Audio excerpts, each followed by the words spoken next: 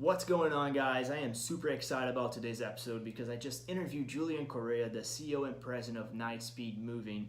Nightspeed started back at UCF with just one U-Haul truck, a couple of friends moving people in and out of their dorms. Fast forward many years later, Julian has gone full blown with his company, added many additions to the business. He's got his own trucks. He's moving people everywhere across Florida. We even talked about one of Julian's largest moves to Star Island and many other things. I hope you really enjoyed this podcast. Make sure to follow Julian on his social media. He's very inspiring. He is a dear friend of mine who is doing great things, and I know this is just the beginning for him. Um, Leave any feedback that you might have for us, and I hope you enjoy. I'll see you soon. Alrighty, my man. We're alive. Julian, how's it going, brother? Good, man. Excited to be on your, what is it, fourth episode? Fifth episode? It's something like that, man. I can't even keep track. But I'm excited to have you join the Risk with Confidence podcast. I think that, and you probably don't even know this yet, but you've been pretty much an inspiration to me because of the path that you have followed after you graduated college.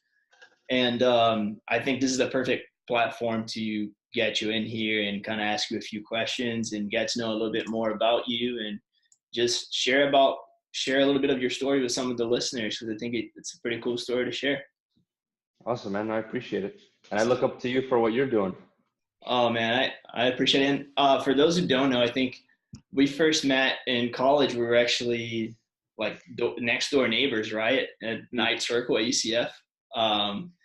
And ever since then, we kind of kept in touch. And I even remember 3 or 4 years ago, I think I went to your apartment and I had a concept that I was working on for like a brand that I was trying to develop. Remember? Rootland. Exactly. And you helped me out, through that process, and it was cool. But anyways, you got the weekend coming up. You doing anything fun this weekend with Memorial Day on Monday? Working, man. Working. So I just launched the real estate side of the business. So I just got a lot of catching up to do this weekend. Probably just staying in, grinding it out. Yeah, man. I do want to talk to you about that stuff too, but I would definitely want to get to know what you're doing now, but I want to take 20 years back, or your childhood, and just get to know you then. And where were you? Where are you from? What were some of the things that kept you busy then? Okay, so 20 years, I'm 20, I'm going on 27 now in July. So 20 years ago, I had literally just moved to this country from, my family's originally from Bogota, Colombia. And we came here to South Florida area. What was I into back then? I guess ever since I was a little kid, I was always very, very business minded. I think I was like naturally supposed to be an entrepreneur because instead of, you know, chasing girls, or I did sports too and all that, but I just remember every single summer since I came here, I always tried to think of any kind of service business, any kind of, quick buck I could make, anything I could sell. So that's what I was into, like, since I was little. I remember ordering stuff online in fifth grade. This is when I was like 10. So, ordering stuff online, sweatbands while that was popular, selling those in school. I had a garden cleaning service when I was 12, I think.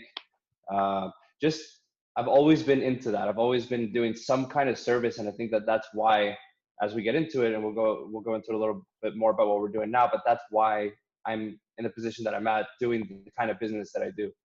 So that's super interesting to me because um, I never really had a clue about entrepreneurship as a kid. Really, I came to find entrepreneurship when I took an entrepreneurship course in college. And I see a lot of people that are now having their own companies and things like that say the same thing that you're saying now, that they started early, they had that mindset. How did you have that? I mean, was it because I guess your dad was, has his own business? I My dad didn't have his own business. He was doing real estate projects of his own at the time, but he came from, he wasn't a career entrepreneur. He got into entrepreneurship later on when he started doing some real estate development and then owned a restaurant in Miami.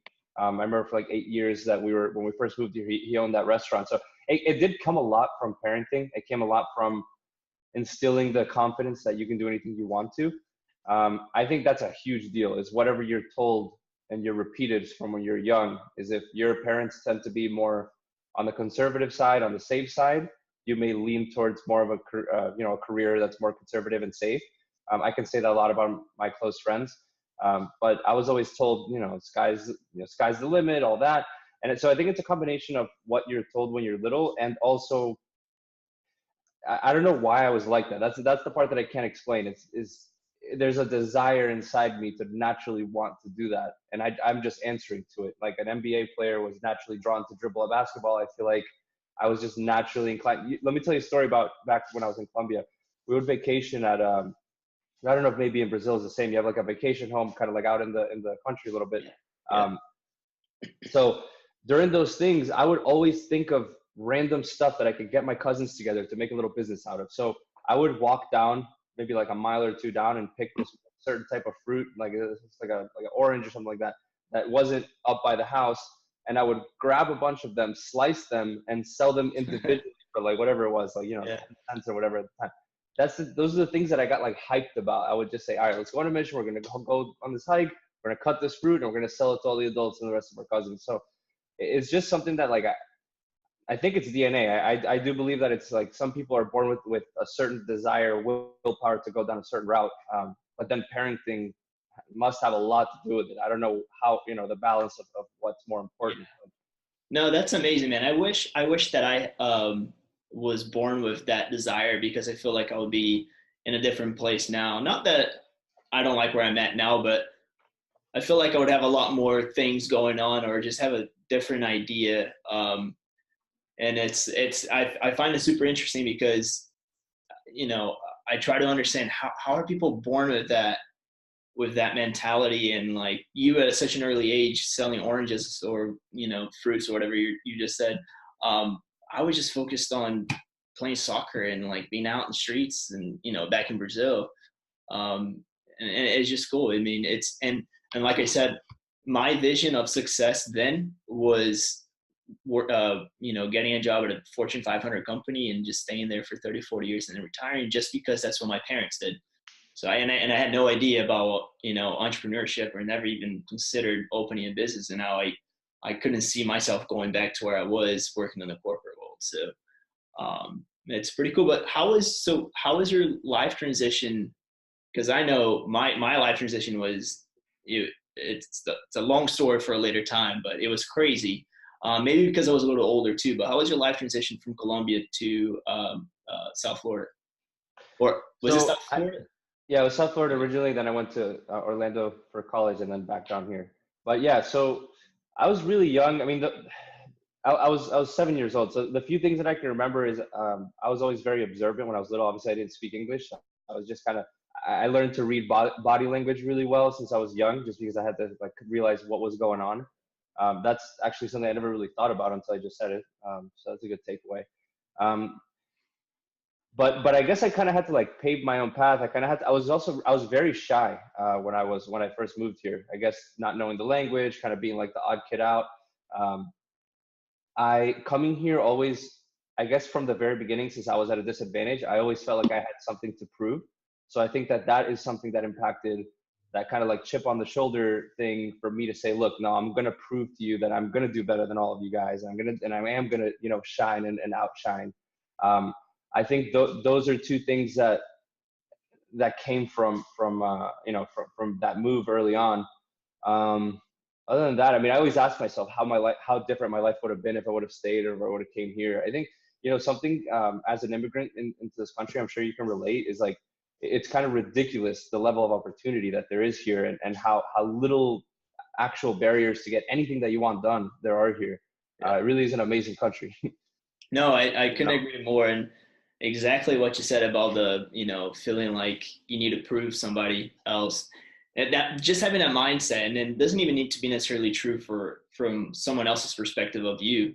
But I had the same thing, I was like, I feel like I struggle more than this other person just because I don't know the language. I don't have any really friends here. Not all my family is here. So I've always kind of lived with that expectation of I can only be great, because if not, then it's a failure. So I completely get it.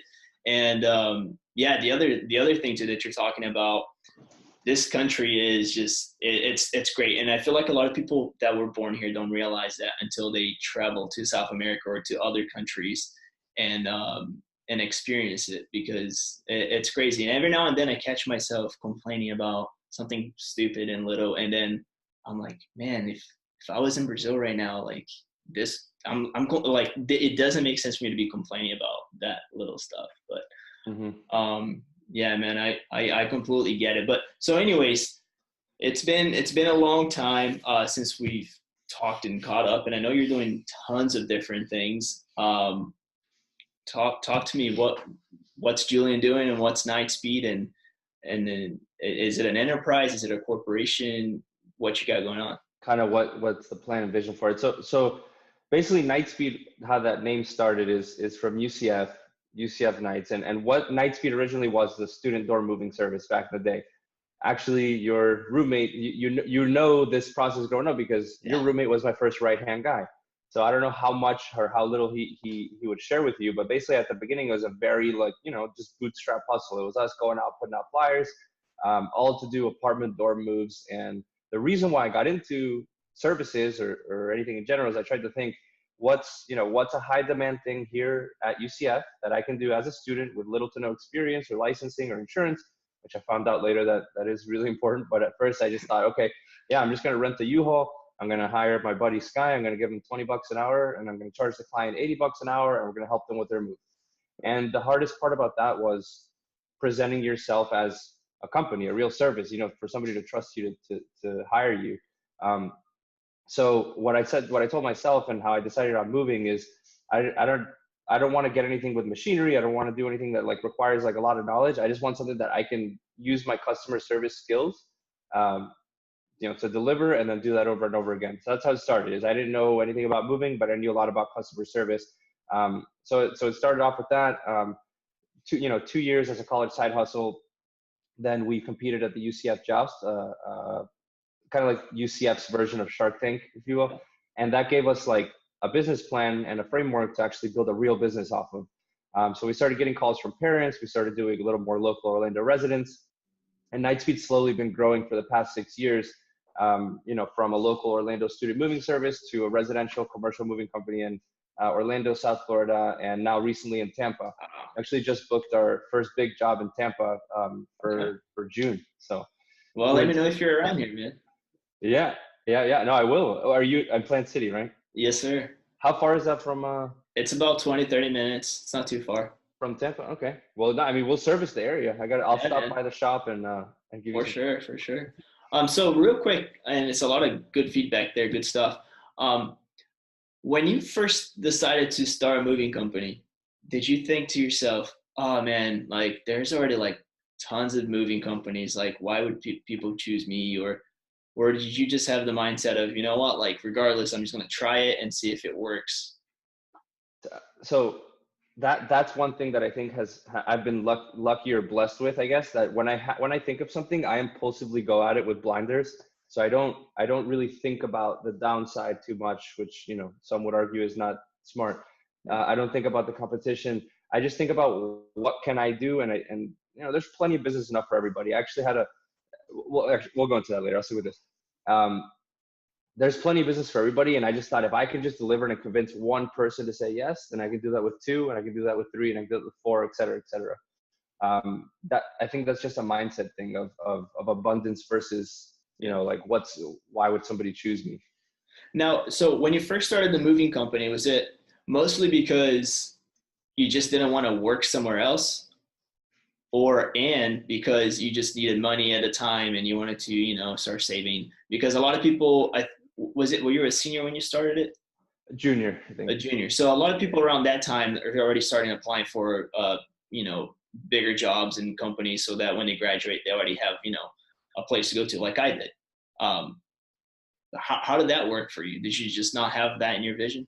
I can't really explain like why or what I was thinking, because I had a job lined up at Lockheed Martin. I was interning there at the time as a finance major, but I think I've never actually considered that alternative. I think as a little kid, I've always lived in a little fairy tale where I said, I'm going to own my own business. I'm going to have my own business and I'm going to be successful. And I think that's something I've just repeated since I was a little kid. And like I said, it could be a lot of confidence from parenting, maybe a little DNA in there, but I think that same mindset just carried over. And the reason I started with Nightspeed Moving is because if I'm not doing my own thing or creating something, I feel like I'm physically suffocating. Like I haven't lasted. I mean, Lockheed was probably I lasted there maybe a full year, but every other job that I get, I stopped caring about it very little because if I don't feel like if I'm building something, creating something, I'm also a little bit on the creative side. So if I don't feel like I'm like working towards something that could be bigger, that I could like visualize going down the road, I feel like I just get frustrated and bored, and it doesn't pique interest at all. So with the moving, I never really thought too far down. I just thought like, let me just start something on the side where I can make a little extra cash, where maybe I can just quit Lockheed and make that same amount of money from doing this little side thing until I figure out what I want to do later. And Nightspeed has always kind of been like that. It's like, okay, let me keep doing this and do as good as I can until I figure out what I want to do later. That's awesome. So it sounds to me, and this is, I think this is actually very true. Once you actually start something and you create something, you think that's going to be it for the rest of your life, and you're just going to expand in the same commodity. But then you figure out that there are other things within that industry or within that one thing that you created that you really like, and then there's like another opportunity for revenue and things like that. And it sounds like, correct me if I'm wrong, that's how your media company came from. Exactly. So in the media business now, and just to clear it up, the main core business is still Nightspeed Moving. I'm just now dipping into the other things that I believe and see that in the future could be a full size business. But right now, the media business is did a few jobs last year, but it came from what I enjoyed from Nightspeed Moving, and because you saw us from the beginning, is like the marketing and the content creation side. Like I really enjoyed making all those videos and all those pictures, that all those photo shoots that we took, the vlog that we shot for a while, and for a period of time, it kind of became like, all right, my weekly agenda was like, all right, cool. So what's the sales and marketing plan for the week, and everything else came second. So I started realizing in my head, I'm like, wow, I'm really just treating this like a content creation and marketing company, and I'm letting somebody else deal with the operations. So I thought, if I could do this for this, let me create kind of like a framework that I can take and put other companies through. So my vision for Nightspeed Media is to have, a digital marketing company with distribution, the whole nine. But right now I want to focus on what I think I have the talent for or knack for, which is content creation. So right now, Nightspeed Media, we're just offering video production for businesses or entrepreneurs, or for anything, events, Awesome. Whatever it is. I've actually seen a few commercials that you guys did, and it looked great. One was with a guy holding a box and he's just packing everything into a box, and then and it keeps falling for like it looked amazing. I gotta touch base with you on that stuff because I feel like you guys can help me out too with Norma's and some other things that I'm doing. For sure. So, and how did you structure? Is the media company a different company, or how is that structured? Yeah, it's a different company. So Nightspeed Moving is its own company. Nightspeed Media is its own company. Basically, and then the real estate thing we'll get into. But basically, what I have in mind is having separate companies, separate teams that all benefit each other. So if one gets business, the other two could potentially get business. Yeah. That's kind of the idea. So going back, I remember your first rental truck was like a U-Haul, right? Yep, U-Hauls. And a couple of years. And then you would venture out to your own trucks, and then you venture out to getting the whole body painted and stickers. I think that stuff's to me. I love the branding side of things. And I'm every now and then I see a yellow truck driving by on I-4, and I'm like always paying attention to see if it's a nice speed truck, because I don't think I've seen one yet around here, but I know soon I will, and I'm gonna soon they'll be out on the West Coast. Yeah. So did you have a main strategy to grow this brand from Orlando to South Florida and really all around like Florida?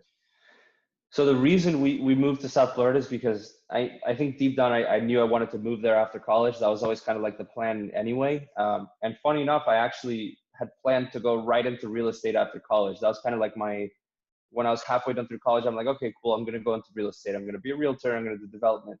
So for whatever the reason, the plan was always to go to South Florida. And we just took the opportunity to open a second location there. I said, okay, things are up and running in Orlando. Like things are fine. I have people that can take care of things here. I'm just going to go to a new city and open a new location there and see if I can do the same thing. something to think about when you open in different cities or try to expand your business to a different city. Sometimes it might be like an entirely different business because the market is completely different. You're catering to a completely different customer with completely different expectations, budgets, the whole nine. So that was a huge challenge that I didn't think about when I was first expanding. Is I thought, okay, my business is the same, so it'll be the same everywhere, and I can do the same thing. And honestly, the Orlando business and the South Florida business are treated almost completely different in terms of like pricing, logistics, and customer expectations and the whole nine. So the idea just came from, I already knew that I was going to go there.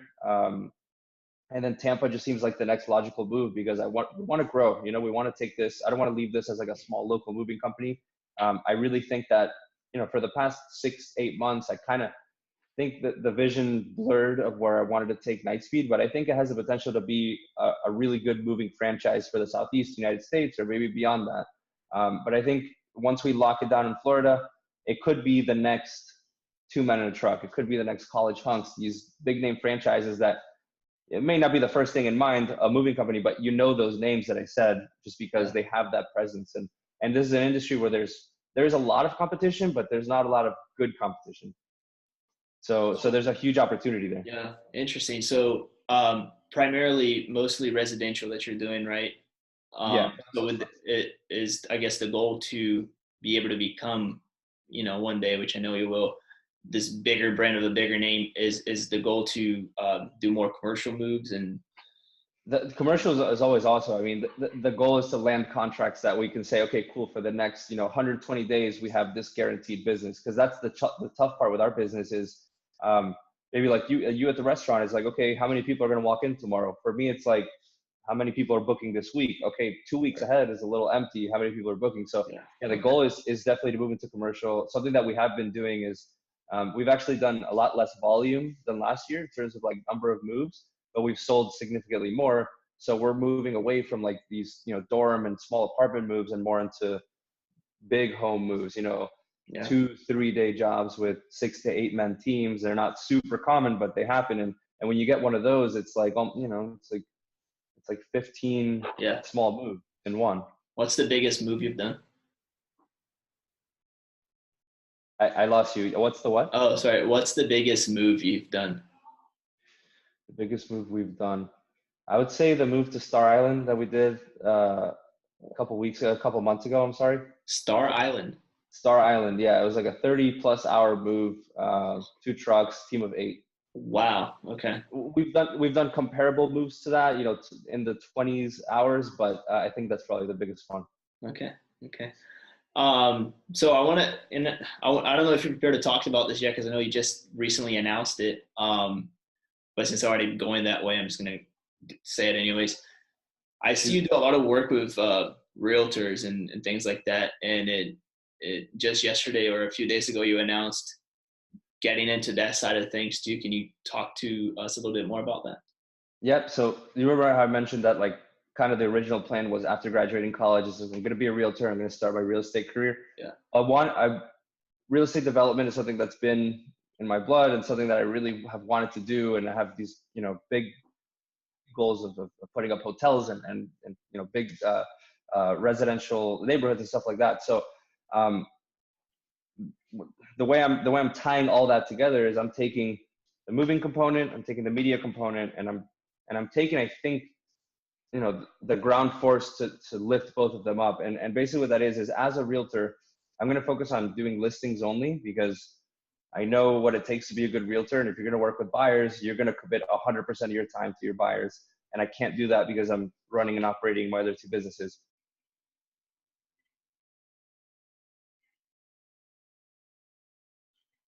Actually, you're going to get the entire moving logistics part of it handled. So we're going to pay for your move, we're going to take care of your move, and we're going to do all that. So that's like in working with a lot of realtors, like you mentioned. I mean, working with realtors has been one of the biggest reasons for our success, is because we get a lot of referrals.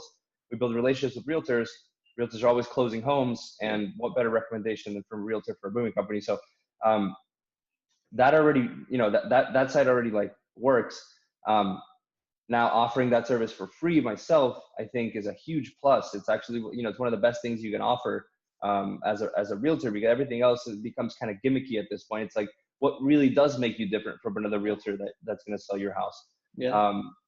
And then the media component is we're also going to offer, HD photography. And I don't know if you've seen the real estate videos that we do, but we do some really cool real estate videos with music and all that. So really when you list with us, you're going to get those two things done for free. And then we're going to, hustle our asses off until the house is sold. Yeah. And that's something that I feel confident that we can deliver on, because it's not going outside of kind of what we already do. You're building an empire, man. That sounds early stages. That's amazing. The fact that you can tie all three things to one service, which helps the customer, and obviously, is helpful for you guys too. That's amazing. But so sometimes, I'm going through a process right now where I'm considering opening another location, and I have the podcast and I have another idea that, I really want to do. And sometimes I feel like I worry that I'm spreading myself too thin, and I don't have the proper time allocated for each task or for each thing. How do you allocate your time? How do you prioritize your job? That's like my biggest challenge. And one of the things that I was going to say is, in order for that whole vision that I have, because it's really just a plan right now, I have a moving company and a plan, is having good people and having a team. Like just starting to be self-aware that there's no way I'll be able to operate those three businesses. There's just no way that one man or woman can do all that work. So I think it's just putting a lot of importance in the people that you bring in. I know, for example, because I follow you pretty close. Game changer, right? I'm sorry, I lost you there for a second. What would you last hear? No, I say me you've been following me, and so when you hired your buddy who's a chef, that was a game changer for you, right? For sure, yes. Because it just opened up a whole other lane. And if you got to think of it that way, it's like, hey, for the food production side, that's what I need. So for me, it's like, okay, I need somebody that can run and operate this entire moving operation without any interference from me, so that I can focus on getting listings, marketing for the moving company, and then getting clients for Nightseed Media. So I think the biggest challenge and how to allocate your time is like, not just allocating your time for your tasks, but learning to delegate tasks, learning to be a good manager of those people that you delegated the tasks to. That's my biggest challenge. Is I'm not a great manager of people, to be completely honest. I think that's what's, not stunted, but slowed our growth to where we could be today. Yeah, it makes sense. It's difficult for me too, because I like to be very hands-on. And I like to try to do as much as I can at once. And it's definitely something I need to get better at, and just kind of learn to trust people to, do the things that I do when I'm there. But yeah, it's definitely something that I feel like it's a learning curve for me. But it is what it is. So right now, you have these three different things growing. What has been the biggest lesson learned out of all of this? Let's see. I think like the most, like, I guess, like higher level lesson would be, don't get too high and don't get too low, because there's going to be like just things that come your way. Like when things are going great, there's always going to be a challenge, and when there's challenges, like there's always going to be something to save you and pick you back up. So I think it's like kind of practicing staying in a consistent zone where you understand, and I don't know if this sounds too cynical, but understand that if things are going really good, that something bad is around the corner, and that you just have to be okay with that happening. And when things are bad, you have to motivate yourself enough to keep checking off your tasks to get to that good thing that's going to happen, because it's always like that. I mean, for us, it's like, for example, the Star Island move came during a really tough time, where it's like, it's like you start getting yourself to that place of like, should I keep going? Do I want to give up? Whatever. And then we get a call like, hey, we need to move to Star Island. Like, okay. Another one that we had before is like, we lost this bid because we quoted them way too high, but we had a quote for an NBA player, just like 5-6 months ago, that could have, that would have been an entire month of sales for us just in one move. And those are just random opportunities that come because of the hard work that you've put in for the past 1, 2, 3, 4, 5, 10 years, Yeah. So I think like the biggest lesson has been, and we can go into specifics because I've learned a ton of lessons in any area, but But I think it's just like, don't get too high, don't get too low. Just keep marching, stay militant with it. Keep going forward. 1, 2, 1, 2. Yeah, no, I mean, it's very similar to through, I guess what I go through is, I'll have a week or two of like amazing sales, stores busy. We have tons of catering. We got new, corporations that want to do more catering with us and add us to their rotation program. So things are going great. And then like 2 weeks after that, it's just slow and you just start getting into that mindset. It's like what happened? Where did everybody go? And I definitely follow you there, because that happens to me a lot where I'm in my highest high, and then when things aren't working so well, I'm like, holy crap, I just catch myself not being as positive as I should be. So it's, yeah. I don't like things that motivate me. I got to go find a book. I got to go listen to a podcast, or I got to go, look at stuff that you're doing and to keep me motivated and keep me, going. Is it the same for you? How do you? I think that's the toughest part. Like, cause I know that I'm an overly emotional person. So I get super excited about good stuff and I get super depressed about bad stuff. So like, I have to motivate myself every day to do it. Like for me, running is always really good. Anything physical that kind of shakes you up and gets you out of the funk that you're in is good. I listen to a lot of YouTube, a lot of YouTube interviews, a lot of podcasts, stuff like that. But Yeah. anything physical, I think like running or weightlifting, anything like that really helps. As cliche as that sounds. Yeah, no, I get it. I mean, I do too. I mean, I guess eating healthy, working out, and just keeping your brain healthy, like reading and listening to podcasts, and it definitely helps. If someone else is in the same path, and I don't want to say the same path, so a lot of people that I want to target in this podcast are people that want to do something, but they have some sort of fear that's stopping them from doing that. So, either it's starting a company or traveling the world or whatever it is. What is one advice that you can give to these people that, motivates them to just stop fearing so much and just, and just do it? Let's see. So what? Okay, Okay, so I would say like, I guess analyze yourself and be honest with yourself, because if you're more of like a tech introverted, can build the best website but can't really talk to people type person, you're better off trying to find somebody else that can while you do what you do. So I think like, and the same goes for like the loudmouth salesperson that's really good, can sell anything but can't put a business plan together for shit.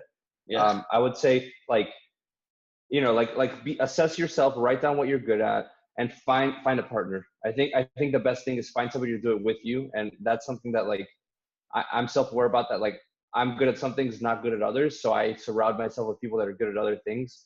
I think if you're trying to make a leap into business and you're like so lost to where like, I mean, you don't really even know where to start, or you don't know whether you want to do it or not. If you just have a desire and you don't know where to start, I think know yourself. What are you good at, and kind of latch yourself to somebody that has the same desire as you, but is good at something else. Yeah. That's what I've always done to kind of get from step to step.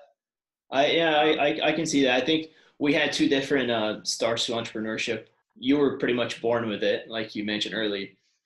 So you kind of knew what you wanted to do, and you've kind of been doing these things all your life. For me, it was different. I thought I knew what I wanted to do, and then once I started doing that, it came with experience of doing what I thought I wanted, to realize that I didn't want that, right?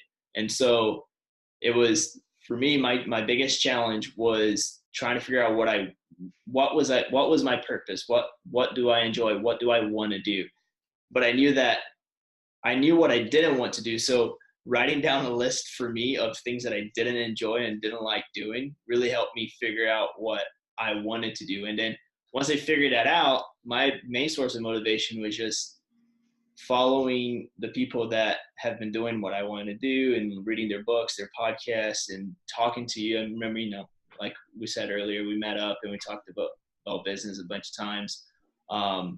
So that was definitely my one source of go-to figure out, how can I just not be so scared and just go for it. What would you say was like the number one like motivation that you had to say, all right, like, or what was like the straw for you that like you said, all right, I'm quitting, I'm gonna go after, you know, my own thing. I don't know if it was at first the apparel brand and then the restaurant, right? Right. So I was built, so for my first 2 years where I worked at, it was the great company, no complaints there, but I found out that it just wasn't for me. Once I figured that out, that wasn't for me, then I started trying to understand what I wanted to do. And I never thought about opening a restaurant, but I knew that I wanted to be a business owner. Once that opportunity came up, I said, screw it, I'm going to go for it. And the one reason that I kept telling myself was there's never going to be a perfect timing, but the timing that this opportunity came up was perfect. If all else fails, I have a college degree. I can go back and get a job at a corporate world again and be fine with that. But what motivates me and what I also have in the back of my head at every time I do anything is the fear of regret, as cheesy as it sounds. My number one thing is I don't want to be 65 and look back and like, man, I cannot believe I didn't go for that. Like I cannot believe I didn't quit my job and start and open a restaurant because I was just scared of finances or scared of moving away from the beach to go live in Plant City. So that one thing is what kind of drives me with everything I do now is, you know what, I don't want to regret this later. So let me just do it. And then if it doesn't work out, it's not the end of the world.